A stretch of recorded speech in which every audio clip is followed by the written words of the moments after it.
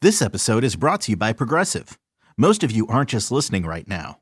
You're driving, cleaning, and even exercising. But what if you could be saving money by switching to Progressive? Drivers who save by switching save nearly $750 on average. And auto customers qualify for an average of 7 discounts. Multitask right now. Quote today at Progressive.com. Progressive Casualty Insurance Company and Affiliates. National average 12-month savings of $744 by new customers surveyed who saved with Progressive between June 2022 and May 2023. Potential savings will vary. Discounts not available in all states and situations. This episode is brought to you by Indeed. When your computer breaks, you don't wait for it to magically start working again. You fix the problem. So why wait to hire the people your company desperately needs? Use Indeed's sponsored jobs to hire top talent fast. And even better, you only pay for results. There's no need to wait. Speed up your hiring with a $75 sponsored job credit at Indeed.com/podcast. Terms and conditions apply. This episode is brought to you by Walmart. New beauty is in bloom at Walmart, and it's all about springtime radiance. From Drybar, Tula Skincare, and hundreds more available online, Walmart has the premium brands you want and this season's on-trend products for flawless, glossy hair and hydrated skin. Big name beauty brands? Check. The things you love? Check. Find trending spring beauty and all you need to look and feel gorgeous at Walmart, on app and online.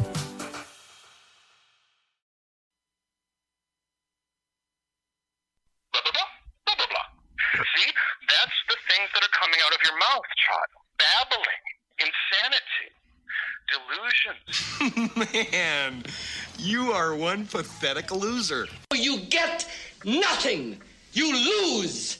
Good day, sir. I love to masturbate.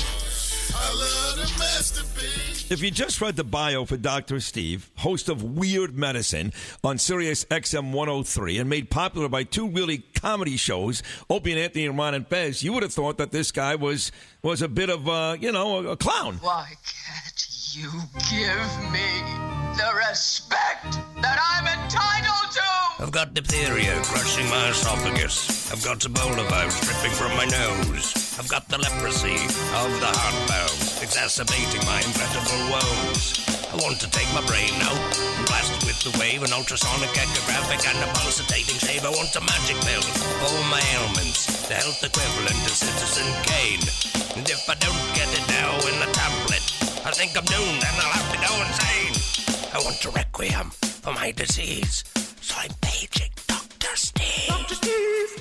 From the world-famous Cardiff Electric Network studios in beautiful downtown OJ City, it's Weird Medicine, the first and still only uncensored medical show in the history of broadcast radio, now a podcast.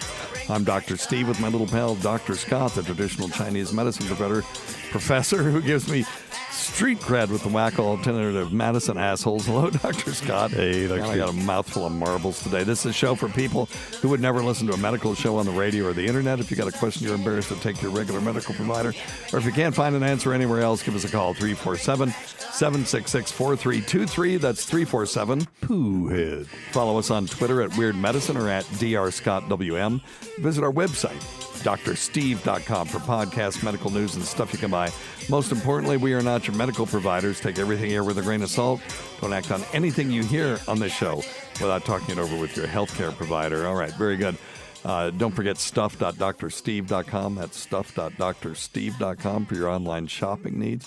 And scroll down and look at the Roadie robotic tuner, or you can go to Roadie, ROADIE.drsteve.com to see this thing, and it will tune any stringed instrument with very few exceptions. And it will restring your guitar or bass for you as well if you get the right unit. And they're relatively inexpensive for what the thing does. And even Brian May said this is a great invention, and he was cursing them for coming out with it at the end of his career. So he really, he's a fan, and I am too. Roadie.drsteve.com. And check out Dr. Scott's website at simplyherbals.net. And come to patreon.com/weirdmedicine, putting up old classic episodes there now, and they get a first look at all of the behind-the-scenes stuff, plus any of the normal world stuff. They get to see it first. Patreon.com simplyherbals.net/weirdmedicine. All right, very good. Don't forget Dr. Scott's website. It's simplyherbals.net. That's simplyherbals.net. How's things going over there, Dr. Scott? Pretty well, thank you. Yep. Got the best CBD nasal spray on the market. The best. And check me out on Normal World with Dave Landau. Just did one on ass play, which had to be tamed down for Blaze TV, and the unexpurgated version will be seen at Hackamania May. I don't know if I'm on May 10th or the 11th in Las Vegas, Nevada. It'll be the last official Weird Medicine show with my co-host Lucy Tightbox.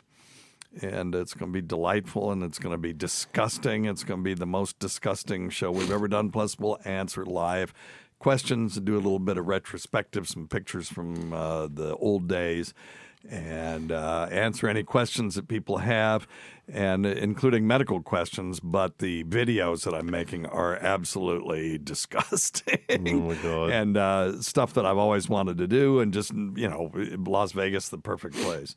Dr. Scott's over here snotting and stuff. I just got over influenza. Now he's brought some other shit. Did you hear about SNL 50? So they had the 50th. Yeah, it was great. It was great. Yeah, I loved it. It was one of the best SNL shows ever. Oh, yeah, easily. It was really funny. There was a lot of callbacks. If you've been a fan, going back. I mean, I watched the first episode of SNL live. How funny. That's 70 how something. old I am. 70 something. 75, I can't remember. Something, and 75, yeah. I remember, and it was a little bit of a disaster, but it was like, oh, this is awesome. And they used to have the Muppets on there, and they had Albert Brooks and all kinds of crazy stuff that they don't have anymore. But apparently Maya Rudolph had COVID, Oh, no. and then she kissed Martin Short on the lips, and now he's got it, and he's like 75. And I just talked to a few friends of mine that were there, and they're all sick. Oh, goodness. So it was a big, giant super spreader event. Oh, gosh. So anyway, what are you going to do? It was a good one. It was a good episode, though. Yeah, if people have to die, I guess. But if Martin Short dies, I'm going to be mad. Yeah, because I love suck. him. That's going to suck. But he's not going to die. No. Fortunately, this is not Delta or OG COVID. Yeah, this is yeah.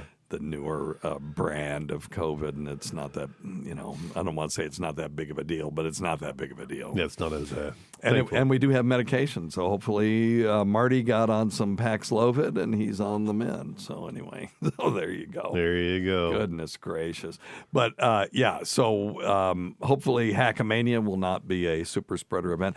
Did you also hear that Anthony is going on WABC? Now, WABC is... Who's Anthony? Anthony from Opie and Anthony. Gotcha.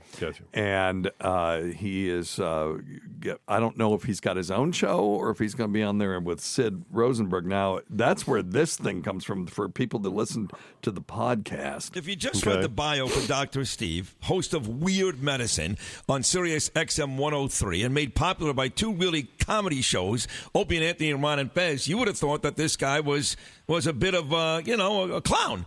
Okay, so that was when I was on Sid and Bernie's show right at the beginning of COVID. And I said one thing that was incorrect, where at the time, with the OG COVID, it looked like most people weren't going to get it.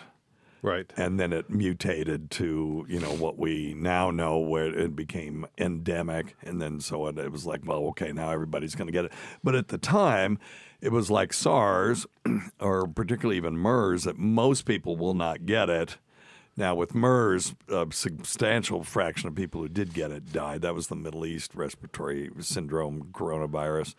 But, I said most people will not get it. The other thing that I said was correct was most people who do get it will not die. Right. And, I was trying to chill everybody out, and that's where, we had a really nice conversation. I love Sid and Bernie. And, they never asked me back, but that's fine. Oh, funny. But, they really just, at the time, people were freaking out about coronavirus, and I was tracking every day, tracking the numbers. Back then, I was doing those COVID sit reps on YouTube. They were some of my, at the time, the most viewed videos that I ever did. And then, it just never went away. And here we are 5 years later. Yeah, kind of stuck around. Still, well, it's, there were five endemic coronaviruses that used to kill people all the time, and we just never tested for it.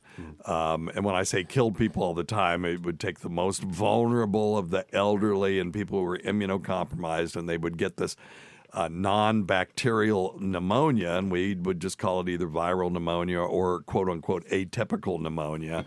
And we knew it was a virus, and we knew most of them were probably coronaviruses, but we just didn't test for it. Right. We didn't have a treatment. There was no point in testing for it. There wasn't that many people, probably about 20,000 a year in the United States. And then this new coronavirus comes around. Well, now it's just the sixth circulating coronavirus. Right. It's joined its other brethren. And one of the points I made back then was this is probably how all of the other five emerged into the population to become endemic as well, was that they started off fierce and then mutated into something that just causes the common cold for the most part, but still will do bad things to people who are immunocompromised or vulnerable. Yep. And so there you go. I don't think I'm retconning in any way when I say that the vaccine, I thought it should be delivered to people who were optimally vulnerable to the vaccine, and giving it, anyway, we don't have to rehash all of that. No, but that's still, how it turned out, I hope that we learn from this, that you don't lock down everyone who's not vulnerable to this thing, and you vaccinate the people who are vulnerable, because for them the benefit outweighs the risk. When you have somebody like my kid who is 21 and has not at risk of dying or even ending up in the hospital, the risk of the vaccine is greater than the benefit. Right. The risk of him getting, say, myocarditis or some other adverse event is much higher than the risk of him dying from coronavirus. So I'm just hoping that we learned our lesson from this, and that next time we're going to target these treatments appropriately.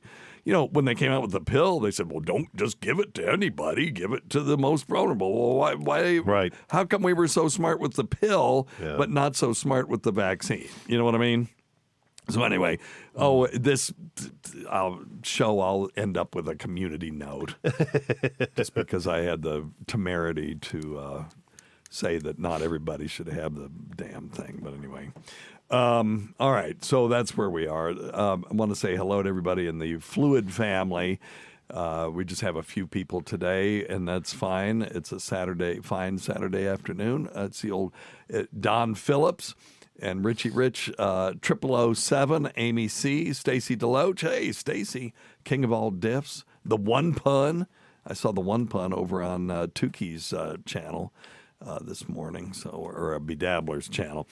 But if you want to join the Fluid family and just hang out with us while we record, just go to youtube.com/@weirdmedicine and click the subscribe button, then the notification button, and then when we go live, you'll get notifications. Follow us on X. I hate calling it X, on Twitter. Yeah.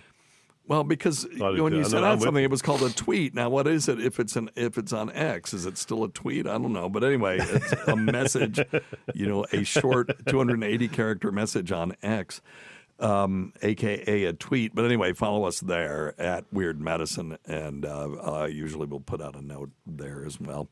And then this show, the behind-the-scenes show, goes on our Patreon. So check us out at patreon.com/weirdmedicine. All right, Mr. Doodle. Thank you for the $5, says Mr. Dr. Steve. OJ hates me because I won't give him my pee. Please tell him I don't deserve his bullying. Thanks. I agree. OJ should not bully anybody. And when they're talking about OJ, they're talking about Cardiff and not the OJ you're thinking about. He's dead. Yeah, he's not bullying anybody right now. No. They're talking about the floating orange on the Bedabbler channel. So, of course. There you go. I Very apropos to the SiriusXM audience. And anyway, thank you, Mr. Doodle. I will relay the message. OJ should not be bullying anyone. And, OJ is a very nice guy. He lives in Cleveland. We were all going to go meet him in Cleveland because they've got a casino there. We're going to go do a poker tournament. And Carl from WATP and Rocco from the Bedabbler channel, we were all going to meet up there. And that turns out now we're all just going to meet in Las Vegas. So May 9th through the 11th, Plaza Hotel. Go to hackamania.com. Use offer code WEIRD. And if you use my offer code, come say howdy do. I'll buy you a drink or something, or I'll give you some merch or a hearty handshake if you're sober and don't want any of my stupid merchandise. But I'm going to be bringing a bunch of stupid, like stickers and pins and stupid stuff. But I got to give it all away. It's the last show. And you're replacing me by some fancy box lady for the last show. Yeah. Well, do you want to go? No. You want to go to Las no, Vegas? Hell okay. No. Yeah. It's Lucy Tightbox. Oh, my good Lord.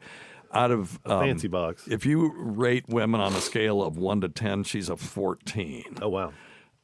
She's the one I did the 2001 retrospective on her show. It's called The Once Over with Kaylee. Okay. Her real name's Kaylee. Gotcha. But she is delightful. She's brilliant. She's beautiful. She's funny, and she has been listening to the show long enough that she can sit in for you and ask me questions about the past and all that kind of stuff. And she won't come and just snot all over everywhere. I know. Do you want I wasn't snotting until I got here. Do you want some tissues? I'm all right. Okay. I'll go home and shower later. Or hose off. No, I really don't feel bad at all. I just started getting this runny nose literally up here. Yeah. Ugh. Mr. Doodle says, OJ thought I was poor and didn't have the means to tell on him to Dr. Steve. His ass is grass. Yes, because I'm so mean. Oh, well. I don't know. I don't know. If this is some sort of in-joke thing, I don't know what's going on. But anyway. All right. You ready to answer some questions, Dr. Yes, sir. Scott? Yes, sir. Let's do it. All right. We have a ton of voicemails left over that we have not answered yet. So let's see here. Let's do this one. Hello, folks in the Fluid family. Hey, there's Hey. Quick question for you. Yep. Been having type 2 diabetes for years, but Yep. for some reason I've started urinating about every hour Oh. and about 5 times a night for the last month or so.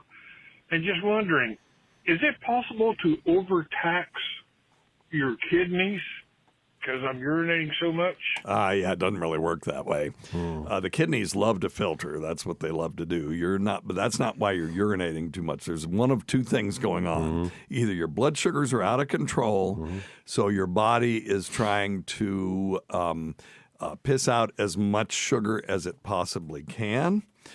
And so just test your urine for sugar. If it shows high, then that's what that is. You need to get your sugars under control. But this could be your prostate. Could be too. prostate, yep. Yeah.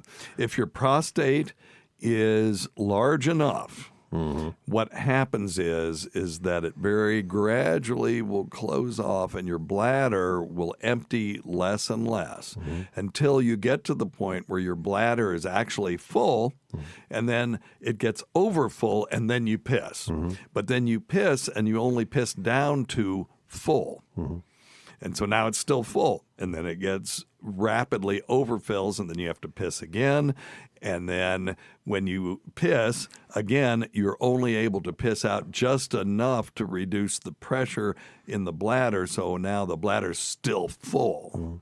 And then this goes on and on and on and on and on. Now, if they put a catheter in there, your you might fill up the bag 1 liter, maybe even 2 liters.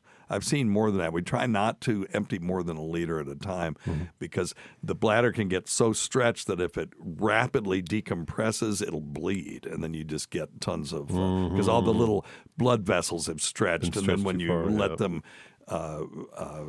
decompress, they'll just break, and then you flood the bladder with blood.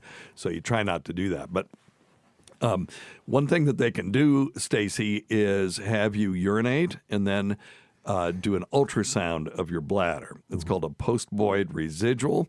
And if your bladder is still full of fluid, it's your prostate. Right on. If it's completely empty, then you're having polyuria, and it's because of sugar in your or other solutes in your urine. Okay. And when it doesn't, sometimes the prostate can get so big it can push up into the bladder a little bit, and the bladder kind of bloops over. Oh yeah. And there's a little bit of urine kind of in a ring around the top of it too. So that's when people really they're like peeing, and they'll stop, and then they'll pee again, and then they'll. Right. Have to pee a little bit more. But, Stacy, one thing. Bimodal urination, that's what that is when you piss and then it stops and then it starts back up again. That's called bimodal. Something that might help him or might help us to determine what's going on if when he's, avoiding his bladder 5 times a night, is it a pretty healthy, steady stream? Right. It's not urgent. And if it's urgent, if it starts out kind of thin, he feels like he's forcing. You can force hard enough, you can actually build up the muscles in your bladder, and your bladder muscles get thick. Yeah, and you can see that on CT scans. Yep. But so there's a couple ways to figure that out pretty quick. Yep. Yeah.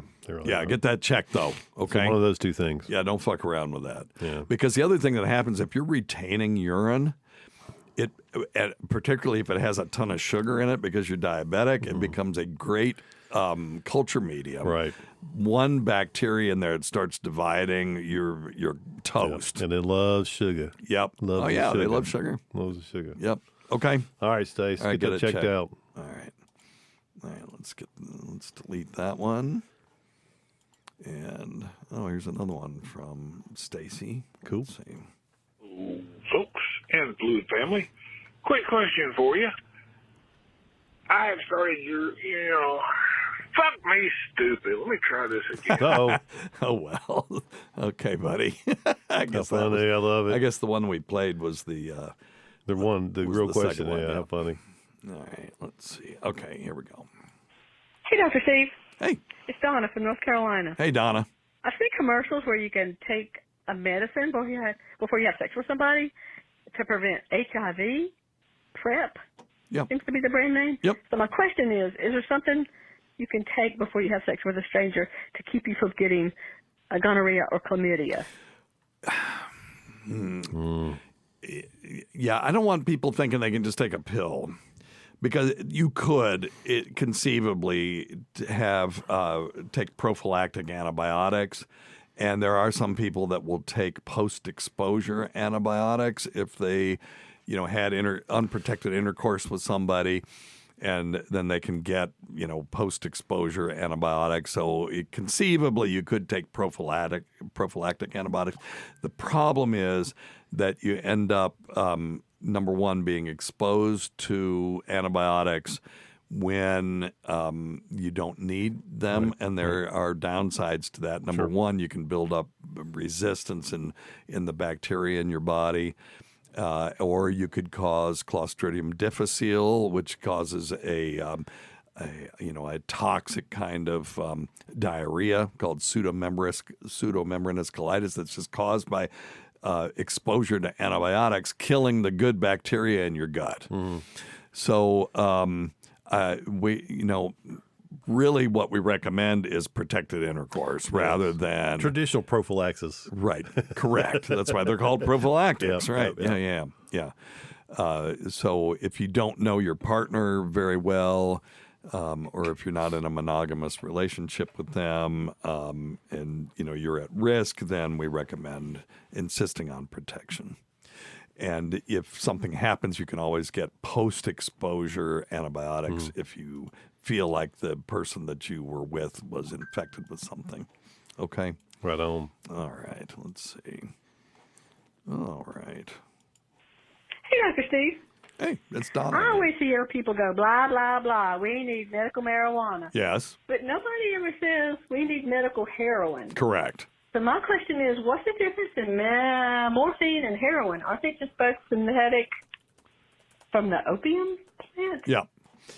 Right. So heroin used to be on the market. It's diacetyl morphine, if I remember right. Let me see. Diacetyl.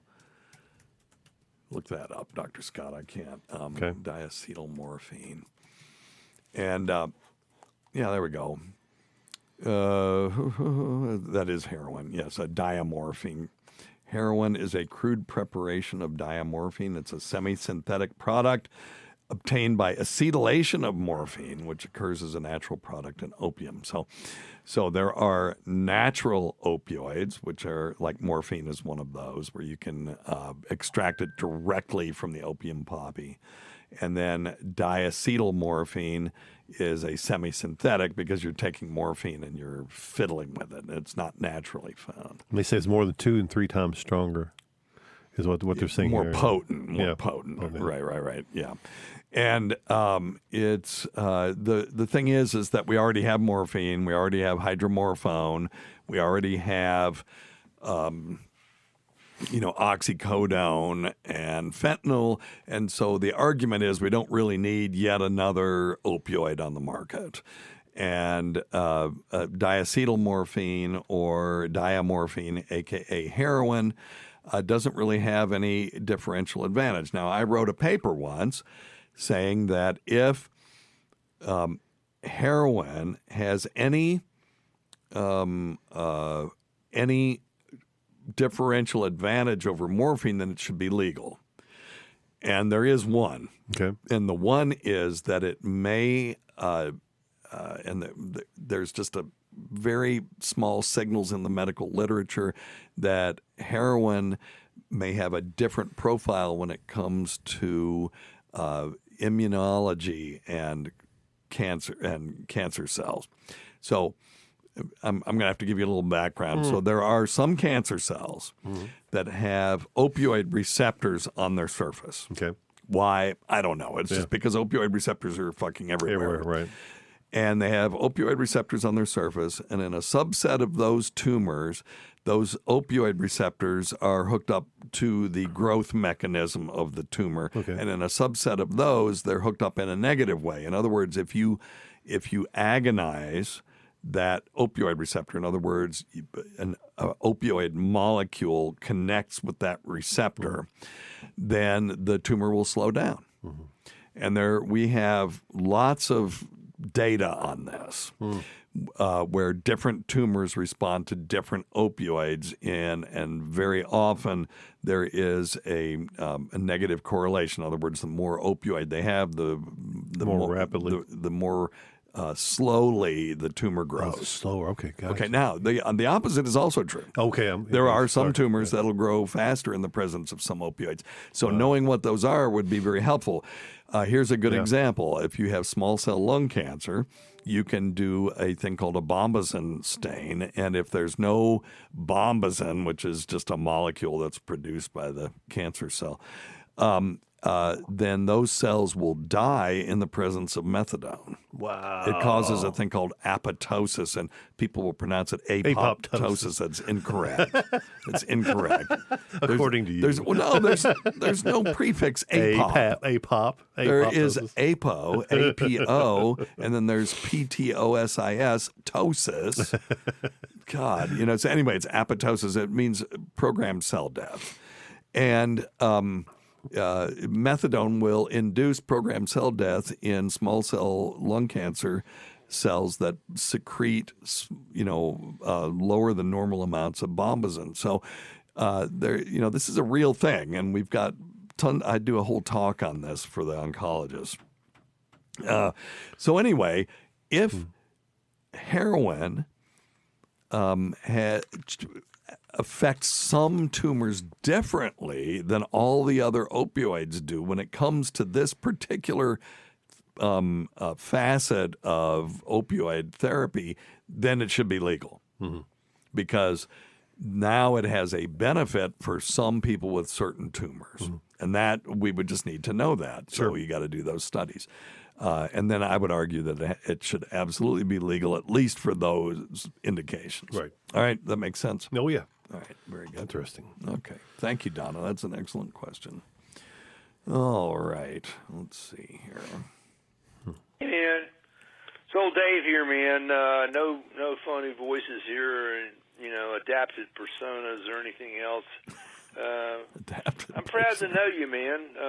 Brag about you to my friends. A guy I met at UNC when I was teaching there, and we hit it off and did some projects together. And I knew you when you were young and getting into medical school and doing stand-up comedy and everything else. And it all came together. And I'm just proud to say I know this guy. Oh, my goodness. Well, this is the artist, Dave Haynes, who is known for his character Perky Pencil, everybody. Ooh. And I just bought a Perky Pencil book off of him. It's a weird character he's been working on since as long as I've known him. And he had a recording studio and the radio, television, motion pictures thing. He was kind of a, really cool sort of hippie guy back then in the early 70s and late 60s. And we really hit it off and did a bunch of projects together and stuff. And, here we are. Let me see what... Okay, 77. Let's just pretend that this is 27. So 87, 97, 2007, 2017, 2027, 50 years. Almost 50 years. So 48 years I've known this guy. So. And his show was incredible. And if you haven't heard it, you need to go hear. Yeah, he used to call in to Big Kev's Geek Stuff and call him Big Ken. This was the guy. Medicine with Dr. Steve. And... now he's doing his final show out there in L.A. and well, okay. Dave doesn't always get everything right. Okay, let's see. This episode is brought to you by Progressive Insurance. Whether you love true crime or comedy, celebrity interviews or news, you call the shots on what's in your podcast queue. And guess what? Now you can call them on your auto insurance too with the Name Your Price tool from Progressive. It works just the way it sounds. You tell Progressive how much you want to pay for car insurance, and they'll show you coverage options that fit your budget. Get your quote today at Progressive.com to join the over 28 million drivers who trust Progressive. Progressive Casualty Insurance Company and Affiliates. Price and coverage match limited by state law. Are your ulcerative colitis symptoms proving difficult to manage? Tremfya guselkumab can help you manage the cycle of UC symptoms. At 1 year, many patients taking Tremfya achieved clinical remission, and some patients also achieved endoscopic remission. Individual results may vary. Tremfya is a prescription medicine used to treat adults with moderately to severely active ulcerative colitis. Serious allergic reactions and increased risk of infections may occur. Before treatment, your doctor should check you for infections and TB. Tell your doctor if you have an infection, flu-like symptoms, or if you need a vaccine. Ask your doctor if Tremfya can help you manage the cycle of UC symptoms. Call 1-800-526-7736 to learn more or visit tremfyaradio.com. Every cup of Nespresso coffee is an invitation to transform your morning routine into a ritual you can treasure each and every day. Using the Virtuo Pup, a simple touch of the button freshly brews bold aromas and a rich, velvety crema layer for delicious cafe-quality coffee at home. Whether you enjoy your coffee hot or over ice, every sip, every morning is unforgettable. Nothing tastes like Nespresso coffee. Visit Nespresso.com or our app to explore our full range of easy-to-use machines and coffees not found anywhere else. This episode is brought to you by Atlassian. Atlassian makes the team collaboration software that powers enterprise businesses around the world, including over 80% of the Fortune 500. With Atlassian's AI-powered software like Jira, Confluence, and Loom, you'll have more time to do the work that matters. In fact, Atlassian customers experience a 25% reduction in project duration per year. Unleash the potential of your team at Atlassian.com. Atlassian. Since you're new to H&R Block, we'll look at your returns from the last 3 years for any money your last guy might have missed, for free. I could get money back from last year? You could. We'll find any mistakes. Could have really used that 2 years ago when I dated that mistake for 5 months. Don't leave money on the table. Switch to H&R Block and get a free second look review. Second look is included at no additional cost with the purchase of tax preparation. Results vary. All tax situations are different. Fees apply if you have us file an amended return. Here, let's see. I'm not expecting Dr. Steve, but I hope you're doing well. Oh, okay. Well, thanks. Good to hear your voice on voicemail. Hope you have a wonderful day tomorrow. Thank you, my friend. All right. Let's see. Here's one from, I don't know what that's about. Okay. Here's Don Hey, Dr. again. Steve, I've heard of people getting a stent put in their heart. Yes. That not only props open the blood vessel, Yes. but can also have a special medicine Yep. in the metal somehow. Correct. So my question is, what happens if you turn out to be allergic to that medicine? Does your heart start itching? Can they remove that stent and give you a plain metal one? Let me know. Yeah, so the medicated stents are these small sort of expandable mesh tubes, and they're coated with medication, and it's inserted into like a narrowed or blocked artery to keep it open. And the medication is used to prevent what's called restenosis, in other words, re-narrowing of the arteries after you do this thing called angioplasty, which, Right. which is where you open up an artery. And it releases medicine that inhibits the growth of scar tissue and prevents blood clots from forming. And you can be allergic to it. The good news is that the medication goes away after a while. Mm-hmm. So let's see. Let's put in allergy. And small percentage of people are allergic, and it causes rash, itching, hives, shortness of breath, and even fever. And they feel like it's the polymer coating on the stent, or it could be the metal itself, or the drug. So it's one of the three. Mm-hmm.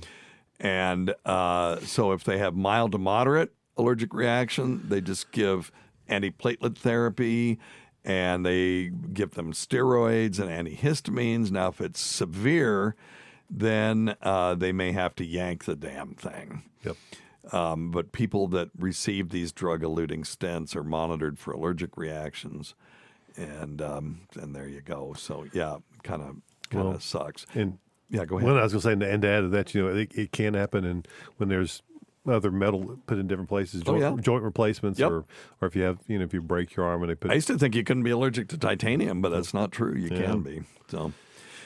Here's from the Journal of Allergy and Clinical Immunology. It says allergic reactions to drug-eluting stents are more common than acknowledged. Oh, wow. They present with a wide range of symptoms and to multiple people. Evidence-based guidelines for risk assessment, blah, blah, blah. Okay, patients should be questioned regarding their allergic history and advised about increased risks prior to placement of intracoronary stents. And that's, wow. It said most patients responded well to medical treatment, in other words, antihistamines or steroids over 1 year. However, there was a subset of patients that failed to improve and requested stent removal. Wow. Yeah. Wow. Yeah. I'm trying to get a percentage here, and I'm not seeing the percentage, but it is not common. No, in the general population, 10%.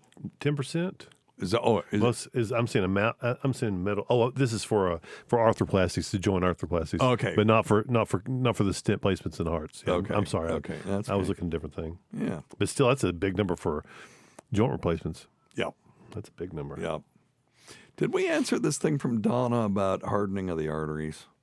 Let's hear it. Let's hear it. Hey, Dr. Steve. It's the Donna Pittman show. When my grandmother had dementia a long time ago, they said it was because of hardening of the arteries in her head. Yep. I haven't heard that term, in a long time. Yep. So they don't really say hardening of the arteries anymore, although that is a type of dementia. There's a type of dementia called vascular dementia, where people have, mini strokes or little, high blood pressure and high cholesterol cause brain tissue to be ticked off in a stepwise fashion. Now, people with Alzheimer's dementia caused by neurofibrillary tangles and stuff, and that's just sort of a chronic degenerative disease will have a course that tends to be smooth and inexorably downward. Okay. And you can kind of just judge by how fast they go from one stage to the other, how quickly they'll end up in the end stage. Whereas people with vascular dementia, it's stepwise. They'll be fine, then all of a sudden they'll have an increased deficit, and then they'll go for a while, and they'll do okay, and then they'll decline again when they have another event. And it will stair-step down. And the good thing about it is you may be able to prevent progression if you can stop the underlying mini strokes or whatever. So get their blood pressure under control, get their blood sugar under control, get their cholesterol under control, get them exercising, et cetera, et cetera. So, all right. But that's the big thing. And that's where that term hardening of the arteries comes from, is from vascular dementia, where it is really literally, hardening of the arteries. All right. Okay, let's see here. Here's Matt from Charleston. Hey, Dr. Steve, it's Matt in Charleston. Hey, man. Just listening to the newest episode, 621, and you're talking about bringing weird medicine to a close and ending after 18 years, and I think you've done an incredible job for 18 years. I've been listening for a long time from back in opiate and STDs. Hey, thanks, man. And I want to tell you that you were a safe haven during COVID. It was a very chaotic time in my career. And it was great to have somebody to listen to that wasn't swayed by the buzz or the whatever hype was happening in the media at the time, and hit us with a little bit of science and remind us that science plus politics equals politics. Yeah, thank you. And I've at least, listen, I got fooled by a couple of things too, but sure. I felt like we were paying attention to actual science during that period, and I did say that science plus politics equals politics, and it's true. It's true. It's true. Stop it. No, you are so right. But I made a couple of predictions that were incorrect. One, that most people wouldn't get it. That was wrong. But, I couldn't predict that the stupid thing was going to mutate the way it did.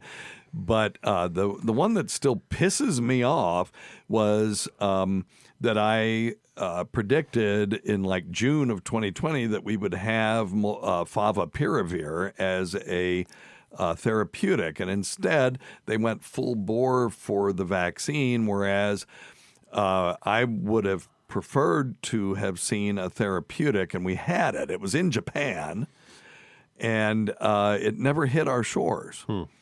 And the Japanese, Fuji had already approved it for influenza. It was a target for COVID-19 because it had RNA type coronavirus activity. Okay. And it should have been looked at and brought to this country if there was any efficacy whatsoever. Instead, what happened was we ended up getting molnupiravir like a year later. So it's almost like somebody said, oh, well, there's this drug over there, Fuji, we're the big guys. We're going to come up with our own version of this. Yep. I'm not saying that there was, some sort of corporate conspiracy or anything like that, but it is weird that you have favipiravir and then crickets. And then all of a sudden, here's molnupiravir. But it was a year later. We could have had it. And my point back then was if we had a therapeutic like we do for influenza, like Xofluza, that is very effective, then we don't have to worry about this thing anymore. You would just go, you would do a test. Oh, I've got this coronavirus.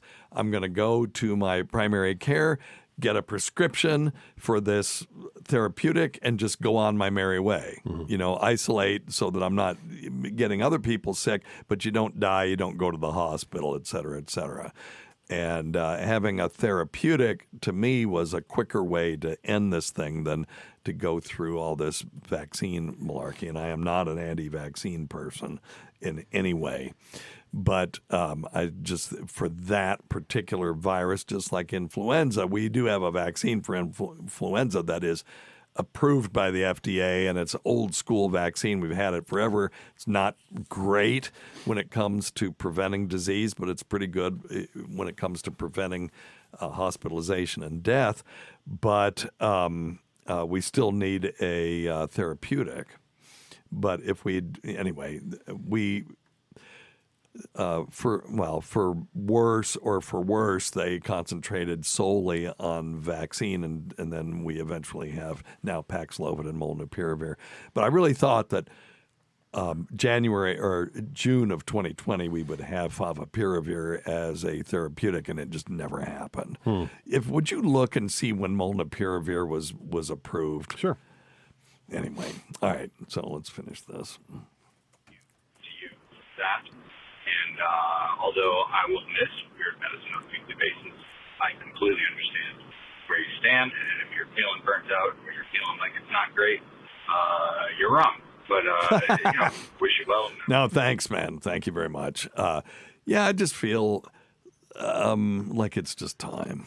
But we're not going away. We're just not going to be beholden to the weekly schedule that the SiriusXM show requires. So we'll still do some Friday night live streams. I still want to do that. I want to interact with people. And I just don't want to have to produce a professional package once a week like we've had to do for the last 20 years. And instead, I'd like to do more documentary style stuff. This video I just finished for Hackamania made me so happy. I haven't been this happy about something in a long time. It is disgusting. People are going to be puking, which is exactly what I want.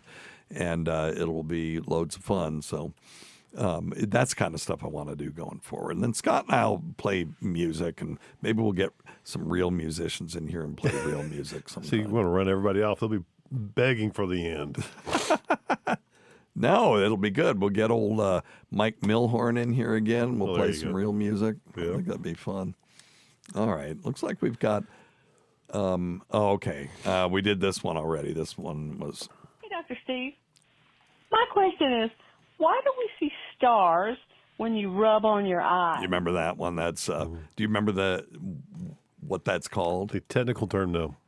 Yeah, phosgenes. Phosgenes. Or phosphines. Phosphines. Wait, phosgene is a poison, isn't it? It's phosphines. Let me see. Double check. Yep. That's the sensation of seeing light without an actual light source. And if you press on your eyeballs, and I don't recommend that you do this very often, but when I was a kid, I used to do it, and you get that kaleidoscope sort of thing, and it's muted, not bright colors, they're muted colors, but colors nonetheless. And now if you see these without pressing on your eyeballs, that's a reason to go to the ophthalmologist. For example, you start seeing lightning in your peripheral vision, that could be a sign of a retinal detachment or retinal tear. Or if you're seeing marquee-like lights that are there and without any stimulus, that could be a migraine coming on, or other events that have affected the retina or the visual cortex of the brain. So get those kinds of things checked. But if you want to see phosphines, you can just close your eyes and take your fists and just very lightly press on your eyeballs. But do it very gently if you're going to do it, and just so that you can see what we're talking about. Otherwise, I don't recommend it. All right. Let's see. Here we go. John Pryluck. I don't know if you remember me or not. Professor, UNC, RTVMP department. Oh, Dr. Pryluck. Okay. How funny. The rest of all of these phone calls are all Dave Haynes doing different voices. So maybe I'll just animate some of them. We never know. But anyway, all right. So that's that. If you want to Do a voicemail call. It's 347-766-4323, 347-POOHEAD, and leave us a message, and we will answer it on the air. Alternately, you can record it on your phone and email it to me at drsteve202@gmail.com. All right? Okay. Let's do some of these here.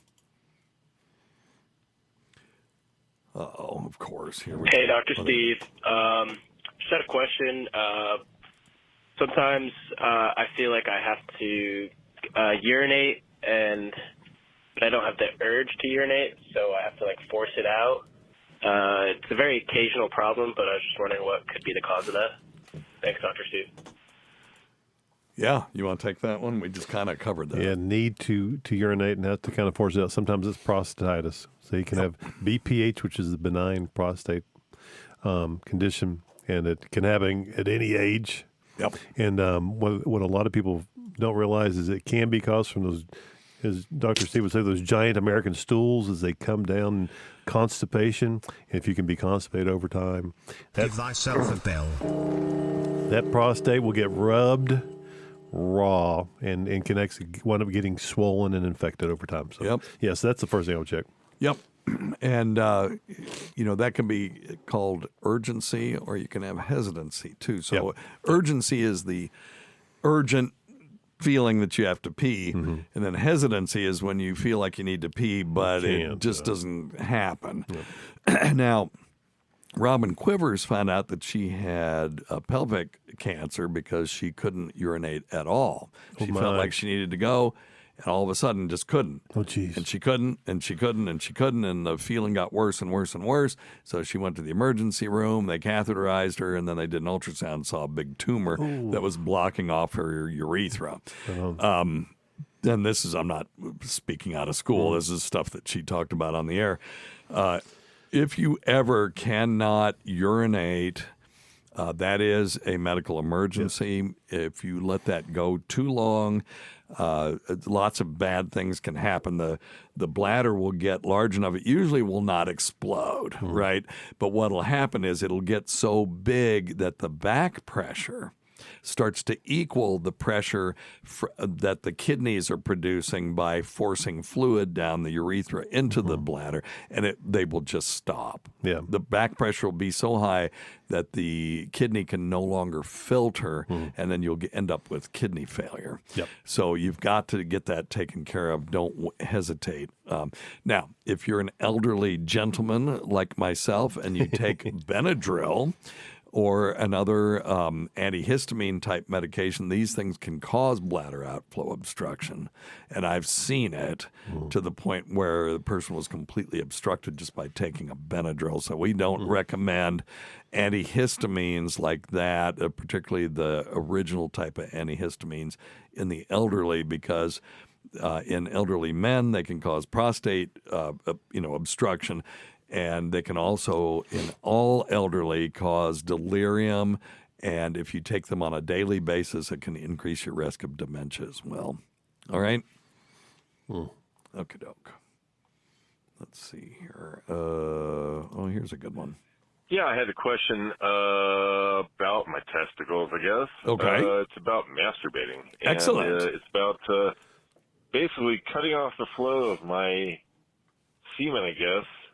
So that I don't make a mess, I guess, and I wanted to see what the after effects or physical problems I might have when I do that. Okay, so I think what he's saying is that he's beaten his meat, and then he is obstructing outflow of semen to not make a mess. So that it flows in a retrograde fashion into the bladder. And so he is inducing retrograde ejaculation. Is there a problem with this? Not really, except for the fact that that's not the way it's supposed to work. And when for you to force semen to go backwards, you're having to apply a lot of pressure, and it requires a lot of back pressure that then forces that sphincter open, and now you've got a bladder that has semen in it, semen and urine. And, of course, semen is a pretty good bacterial culture as well. I don't know if there's any data that says that inducing your own retrograde ejaculation increases the risk of urinary tract infection, but I wouldn't recommend that. I would just get some tissues, you know. There you go, yeah. Or beat off, sitting on the pot, and then you can just direct the flow into the water, of the toilet, or beat off in the shower, or use a gel masturbator and then just clean it out afterward. You just run it under the faucet, some warm water, and then just stick it back in the drawer. It's no big deal. So I personally, like I said, I don't have any data that says that this is causing harm, but I wouldn't recommend it, particularly when it's not necessary. Right. Yeah.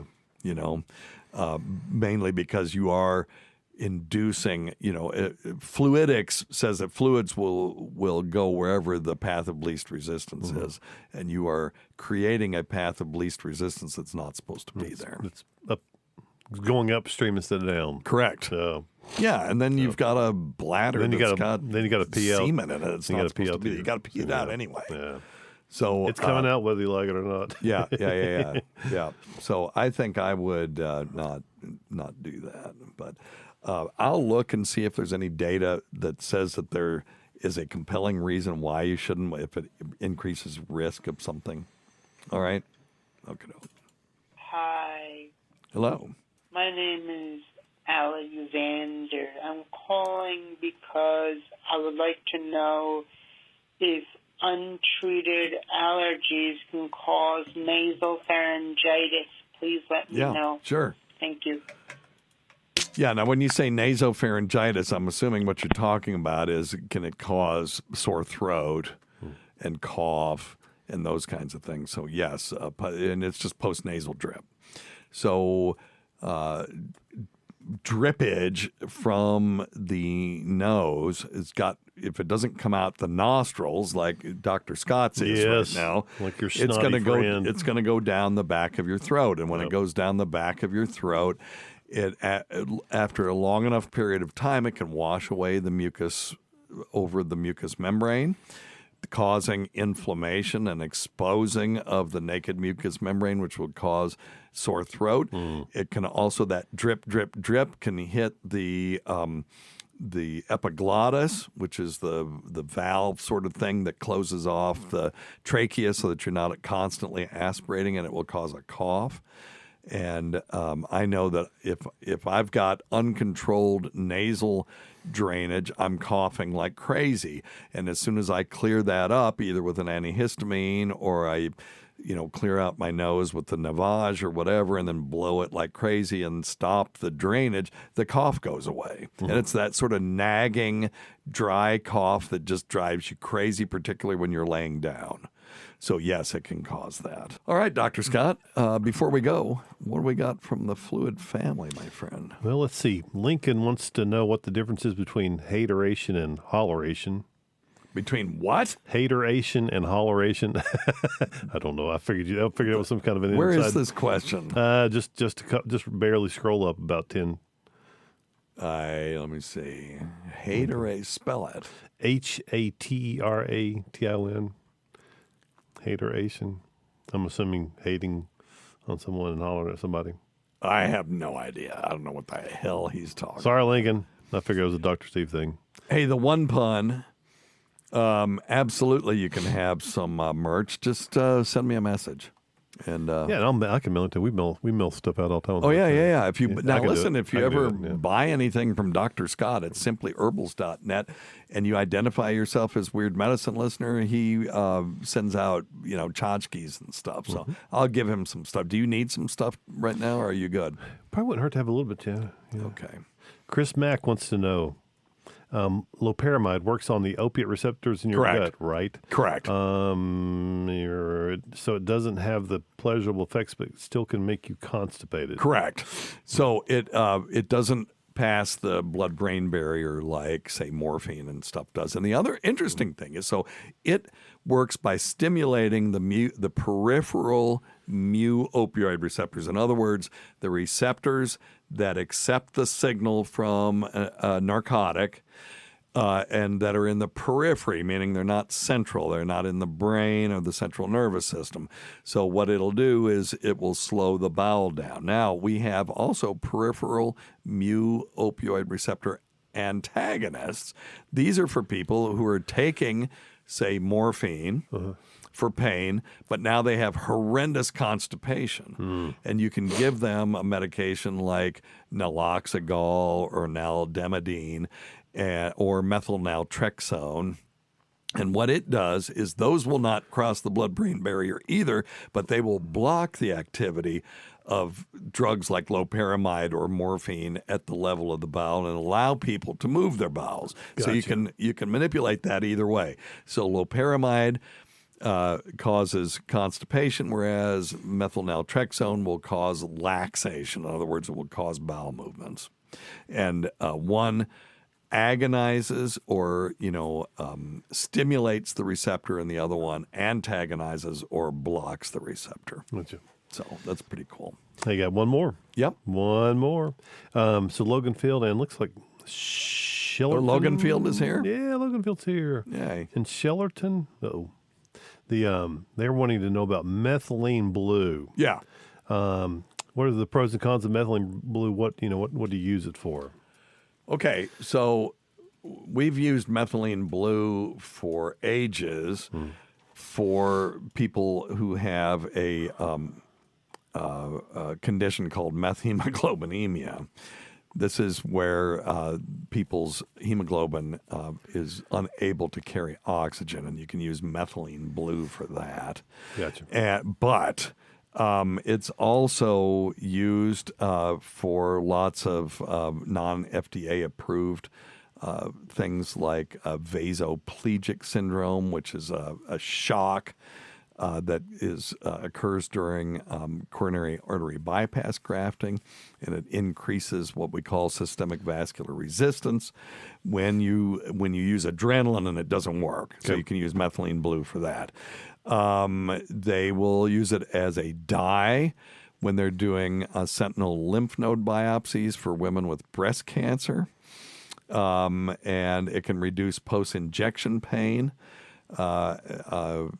If you're giving somebody propofol and it causes pain, you can give them Methylene Blue. They also use it to counteract a side effect from a drug called ifosfamide, and the Methylene Blue will reverse like coma that's caused by that drug or delirium. And then you can identify parathyroid glands with that because it will preferentially pick up the Methylene Blue. Gotcha. Now, if I remember correctly, we've used Methylene Blue for people with urinary tract infection too. Let's look that up. It's been a long time. Methylene Blue. Well, I think it's because it's got some antimicrobial properties. And also, it has anesthetic property at the level of the mucous membrane. So, yeah, let's see here. Let's see, Methylene Blue. Yeah, Urine Blue. Medication is a weak antiseptic that kills bacteria in the urinary tract. It's also a blue-green dye used for certain medical tests and will stain body fluids and tissues. It's not a cure for bladder infection, but it can make it feel better. So anyway, so there you go. That is something I have not prescribed Methylene Blue for urinary tract infection in probably 30 years. But anyway, does that answer their question? Or did they have a specific reason? And I think he's speaking more specifically to some non FDA approved. Yeah, like what? Relationship, like improve mental or cognitive function. Oh, really? Yeah, enhance mitochondrial functions. There are some things suggesting that it might help with, being neuroprotective. It might help with some cognitive function and mitochondrial function. So. Well, let me look up methylene blue, nootropic. It acts as a nootropic to enhance mitochondrial function, leading to a variety of benefits such as increased energy levels, improved physical health, and enhanced cognitive function. Okay, if that's what they're talking about. Now, this is from a website that is promoting this, so I'm going to have to find data on this because they're promoting it for mood elevation, anti-aging benefits, neuroprotective effects, antioxidant effects, and stuff. Let me see if there's anything in the medical literature. Will you send me a note on that, and I'll look it up? Yeah, so Loganfield, it's there's a lot of claims out there, but we haven't seen anything real specific. Yeah, okay, here we go. Neurometabolic mechanisms for memory enhancement and neuroprotection of methylene blue. This is from a 2012 article from Progress in Neurobiology. And it says memory-enhancing effects have been associated with improvement of memory consolidation, network-specific and use-dependent fashion. Low dose of methylene blue have been used for neuroprotection against mitochondrial dysfunction in humans and experimental models of disease. The evidence review supports a mechanistic role of low-dose methylene blue as a promising and safe intervention for improving memory. Okay, interesting. Okay, well, I learned something today that people are at least thinking about it. Let me do a deep dive on this. This is the kind of thing, see, down the road I really want to do because somebody could ask a question like this. I can review the medical literature and do a nice sort of summary of the risk benefits and alternatives, like I did with seed oils when you weren't here. I did a whole deep dive on seed oils that demonstrated that some of what Vinnie Tortorich claims and other people are, has some merit, but there's also some malarkey associated with it as well. So everything in moderation. Yeah, including everything in moderation. Exactly. So.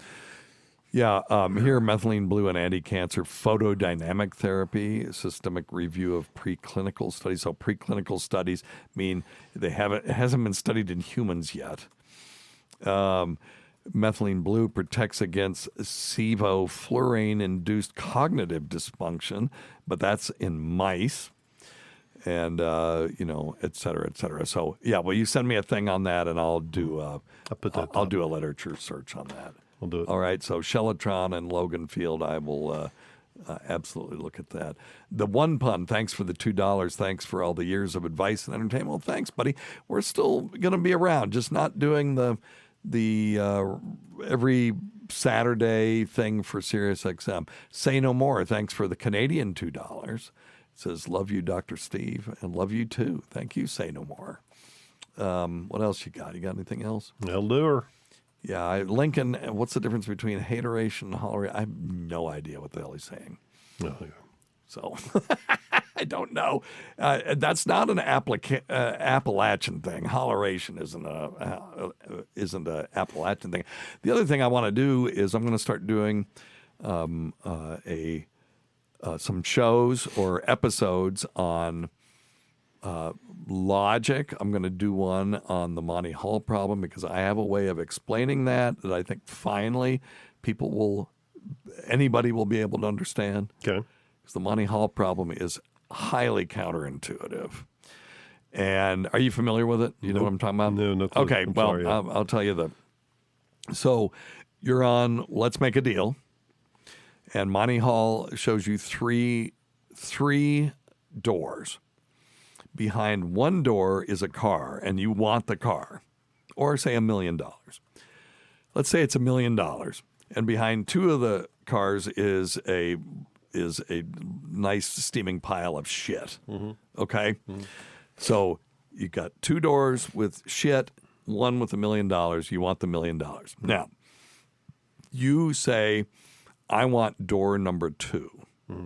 Monty Hall says, well, before I open that door, I'm going to show you what's behind door number 3, and it is a steaming pile of shit. And now he says, would you want to switch? from door number 2 to door number 1, now that I've showed you that there's a steaming pile of shit between door number 3. Should you switch? Is there an advantage to you switching at that point? And what do you think? Just a pure guess, I would say don't switch. Because why? I would think he's trying to get you to switch because his bosses want him to make you switch. Okay. So they don't lose money. Okay, well, let's just say that it's a fair game. Okay. Oh, okay. Okay, let's say it's a fair game. Does he know what's behind the doors? We don't know. He showed you that behind door number 3 there's a steaming pile of shit. So should you is there any advantage so you're talking to you? just random. It's not that he knows something. He doesn't know what's behind there. He's just should you randomly check. He knew behind number 3 there was he said, I'm going to show you what's behind number 3, and it's a random pile of shit. It wouldn't have made any sense for him to show you that, and there's a car there. Of course. Because it would have ruined it. Of course. So, but you picked 2. Mm-hmm. You can switch to 1. Mm-hmm.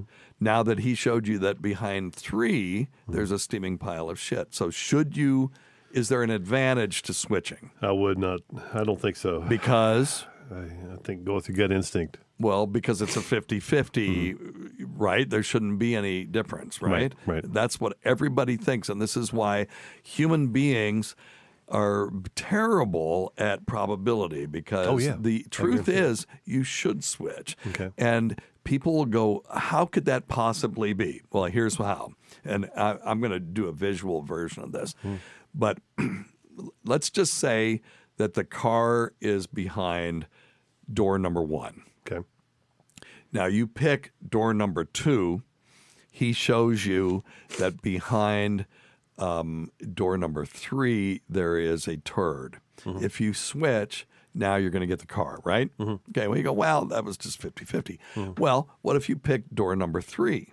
If you pick door number 3, he shows you door number 2, which is a pile of shit, and then you switch, and now you pick door number 1, you get the car. Get the car, right. The only way that you don't get the car is if you pick the car first, right?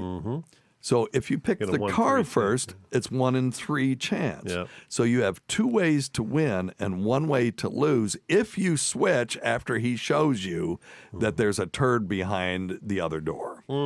It's crazy, and even when you know that, it still doesn't make sense. Doesn't make sense. No. That somehow him showing you a turd behind a door you didn't pick should compel you to switch. But it does. Isn't that fun? And the only way you can lose is if the door was behind number 2 in the first place, and there's a 1 in 3 chance. So that means there's a 2/3 chance of winning if you switch, and a 1/3 chance of winning if you don't. Okay? Isn't that wild? Isn't that something? Yeah, it's crazy. That's crazy. So I have a visual way of demonstrating this, and the lazy way to do it is just put a camera up and I'll just draw it out. Maybe I'll do fancy graphics, but really I just want people to understand this problem because Marilyn Vos Savant, when this problem first came out in Parade magazine in like the 60s, she caught holy hell from mathematicians saying you're a stupid woman, you don't know any, and people. A lot of it was just chauvinism. They just wanted her to be wrong, and it turned out that she was 100% correct. Oh my goodness, yeah. But it took quite some time, and it was quite controversial at the time. It's still controversial. People don't understand it. So I want to do stuff like that. Sounds good. I think that'd be fun, and stuff like this would be great. Hey, Methylene Blue, I knew it as, using it for UTIs and for detecting parathyroid hormones. Logan Field and his friend, who was that? Shirtalon. Shirtalon. Yeah, whatever it is. Shirtalon. She's French. Turned us on to yet a different indication for it that's off-label, of course. But anyway, all right. And say no more. Thank you for the Canadian $5. Says, please do this Logic episode. Yes, all day, Dr. Steve. Okay, well, we'll do it. And we'll do some other things like that as well. And the one pun says, since you're in Vegas for Hackamania, any thoughts on the Heart Attack Grill? I want to go. Yeah, it was Shelley. Oh, it was Shelley. Oh, okay. That's Logan Field's girlfriend. Yeah, I figured, yep. The one pun, my philosophy is everything in moderation, including everything in moderation, meaning that for your own health, I think you should blow it out your ass every once in a while. This is my opinion. Might check out the Heart Attack Grill. They got these giant burgers there that apparently are, massive. I saw it on TV one time. It was crazy. Yeah. How funny. So, anyway, cool, man. I'll share it with Cardiff. Cool. Cardiff could eat a whole one. He is the king. Yeah, he is. He's a monster. Yeah, Golden George said, can I go to the hospital to get my wife removed from my ass?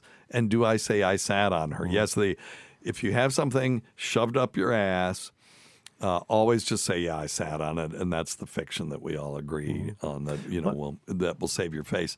But, obviously he's speaking metaphorically. Obviously. So if I had an answer for getting your wife removed from your ass, I would have done it a long time ago myself. But tee-hee. No, my. All right. Anything else up there in the fluid family, my friend? I think I'll do her. Yeah, okay. All right. Here's Amanda Davidson says, is it possible to be fucked stupid? I don't know. Remember that's what Stacy said. Oh, is that what it was? Yeah, that's what he said on that call when he screwed it up. Oh, I see. Okay. He said, fuck me stupid. Yeah, got it. Yeah, I think you can be fucked stupid. So, man, you can be stupid. And we'd have to ask Stacy. Yeah. Okay, Aaron Lewis says, Heart Attack Grill is a fun experience. The food isn't very good. Okay. Still, I'd go. It's been about 10 years. Okay, well, let's go. We'll make a trip to the Heart Attack Grill. I want to go to what is it? Where's the Mustang Ranch? Just to see it, of course. Oh gosh, I just want to see it. Yeah, I don't know, but I know what you're talking about. I've heard of it. Now that guy, Orville Peck did a video. It's watching the boys go by or whatever. And he did it in one of those places, and it looked kind of grim. How funny. It was like really cheap plywood, paneling and stuff, and it looked grim. But I want to go. I just want to see it. Sure. I always said one of my bucket lists was to buy marijuana legally after all the shit we went through in the 60s. Yep. The terror. And, John Sinclair being put away for 2 joints, he was political prisoner, blah, blah, blah, and all that stuff. So, I finally got to do that in Chicago. It just went to a legal dispensary in pot, and then I gave it to Vinny. I didn't want it. It was not for me. But I would like to, I'm not necessarily procure the services of a professional, but I would like to see the process, see the business in I think it'd be fascinating. Maybe I could interview some of them or something. Oh, funny. Yeah, I'll pay them to just talk. I'm sure I wouldn't be the only person. What kind of chronic pain do you have with your... Where? No, if there's certain chosen profession. Oh, yeah. Let's see. The one pun, wine in an IV bag, whiskey in pill bottles, 8 patty burgers, and getting spanked for not finishing your food. Oh, really? Oh, is that right? They spank you if you don't finish your food? I'm in. Oh, spank me. That is funny. All right. Elliot Franco says, hi, Dr. Steve. I wanted to share that I've been diagnosed with late-onset cerebellar ataxia. Okay. I have a family member who has that as well. Heading to Mayo Clinic for further diagnosis. Yeah. It says, what are the chances of recovery? Depends on what's calling. Hey, Elliot, email me. I'll send you some info. I need to know more. My family member thinks that they got it actually from a vaccination that they got, which is not impossible. And there are all kinds of weird adverse, unbelievably rare adverse effects. But she's walking with the walker right now, and I hope that she recovers. So, Elliot, let me know how you're doing. Email me. You know how to get in touch with me. If you don't, go to drsteve.com, click contact. That now works, and we can communicate that way, okay? That's probably better. All right. Anything else, Dr. Scott? No, sir. Okay. Wrap is it that up. everything? Okay. Wrap, Now, if I missed anything, Dr. Scott It's my said... fault. It's my fault. I'll take it. Fault. Thanks always goes to Dr. Scott. Thanks to everyone who's made this show happen over the years. Listen to our Sirius XM show on the Faction Talk channel, Sirius XM channel 103, Saturdays at 7 p.m. Eastern, Sunday at 6 p.m. Eastern, on demand, and other times at Jim McClure's pleasure. Many thanks to our listeners whose voicemail and topic ideas make this job very easy. Go to our website at drsteve.com for schedules, podcasts, and other crap. And don't forget Dr. Scott's website at simplyherbals.net. Until next time, check your stupid nuts for lumps, quit smoking, get off your asses, get some exercise. We'll see you in 1 week for the next edition of Weird Medicine. All right. Thanks, everyone. Thanks, guys.